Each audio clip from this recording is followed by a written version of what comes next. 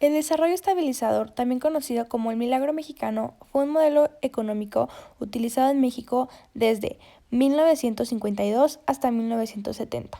Este modelo lo que buscaba era buscar la estabilidad económica de México, para así poder lograr un desarrollo continuo, es decir, que México solo siga creciendo.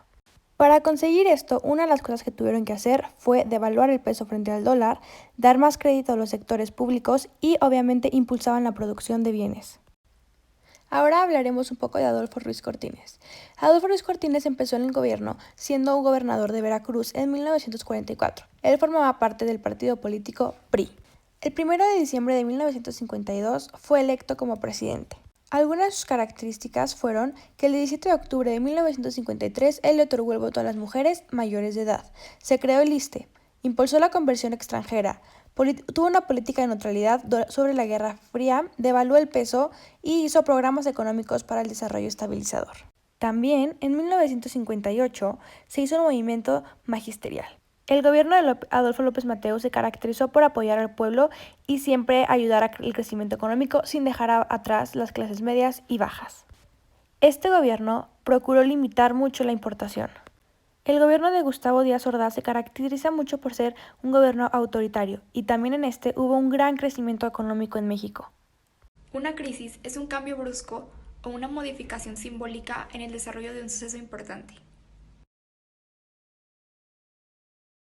El desarrollo estabilizador se caracterizó por su alto crecimiento de producción en el país y además de su bajada tasa de inflación. Algunas de las causas de esta crisis fue la descapitalización del sector agrícola, además de que el gobierno se negaba a brindar bienes y servicios a toda la población. La política industrial se apoyó al mercado interno de las importaciones y del crecimiento interno. Las ciudades donde hubo las principales actividades económicas fue Monterrey, Guadalajara y la Ciudad de México, y como podemos observar, son las ciudades que han progresado un poquito más en todo el país. En resumen, este modelo apoyó mucho a México y ayudó en diferentes cosas, pero se acabó ya que las personas del campo se empezaron a dar cuenta de toda la corrupción que existía en el gobierno y dejaron de apoyar a grandes industrias.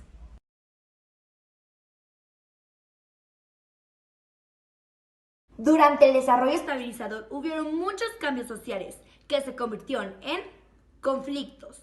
Hubieron de dos tipos, sociales y sindicales. Este grupo de personas que no se identificaban con ninguna postura política, ya sea por falta de interés o porque no las aprueban, a pesar de ser apolíticos, deseaban que el régimen fuera más participativo para que así se pudiera votar por distintos partidos políticos. Los conflictos sociales surgieron de las clases medias urbanas, las cuales causaron aspiraciones a lo social y a lo cultural, distintas a las de la sociedad prerevolucionaria. Los conflictos sindicales fueron ocasionados por los enfrentamientos entre el gobierno federal y los líderes sindicales que iban en contra de su política. El movimiento magisterial en México, del 1956 al 1958. El movimiento magisterial fueron una serie de huelgas y un movimiento social en la que participaron maestros, intelectuales, obreros y profesionistas, el cual fue reprimido por el gobierno mexicano.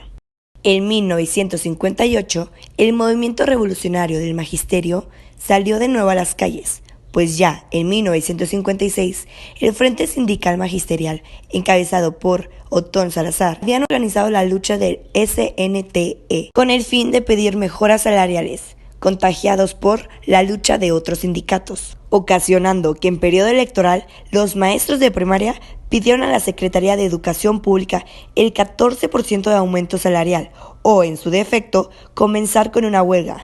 El gobierno de Adolfo Ruiz Cortines congeló su salario, ya que el sistema de educación pública se deterioró bastante. El 12 de abril de 1958, los maestros inconformes y en descontento invadieron el Zócalo, exigiendo un cambio. Las autoridades del Distrito Federal respondieron ocasionando varias muertes y bastantes heridos, como también encarcelamiento a sus líderes. El 19 de abril, el MRM organizó una marcha en el movimiento de la revolución, exigiendo el aumento salarial, incluyendo el castigo a las autoridades culpables. Ese mismo día, los maestros de la sección novena suspendieron labores y los dirigentes del MRM desconocieron a los líderes sindicales, acudiendo directamente a la SEP. La respuesta de la SEP fue que era necesario para la solución magisterial que el proceso se hiciera a través de un conducto de sindicato, ya que no se podían resolver problemas con movimientos ilegales. A pesar de la evasión de las autoridades, el movimiento magisterial no se desalentó. El 30 de abril, el MRM decidió tomar patios de las oficinas de la SEP hasta no ver solución al conflicto. La indecisión del gobierno, provocada por la campaña electoral, dio solución al conflicto. El movimiento de ferrocarril del 1958 al 1959. La huelga ferrocarrilera del 1959 de México fue un conflicto laboral que heredó el presidente López Mateos del presidente Adolfo Ruiz Cortines. Ellos inicialmente luchaban por mejorías salariales y por la democracia sindical, es decir, ellos querían elegir a sus representantes. Inconformes, los trabajadores de Riel crearon la Gran Comisión Pro Aumento de Salario, dirigida por Demetrio Vallejo, quien se opuso al Comité Ejecutivo del Sindicato, creando un cambio y mejoría de salario. En febrero del 1959, el gobierno trató de castigar a los dirigentes ferrocarrileros encarcelándolos. En respuesta, todo el sistema ferroviario nacional paró, por lo cual la empresa fue ocupada por el ejército y los disidentes despedidos. La represión fue mucho más allá. En abril del 1959, acusados de alterar la paz pública, líderes obreros, estudiantiles, magisteriales y ferrocarrileros fueron recluidos en la Penitenciaría Federal de Lecumberri. Bueno, otros movimientos sociales que ocurrieron durante este periodo fueron el movimiento médico y el movimiento estudiantil de 1968.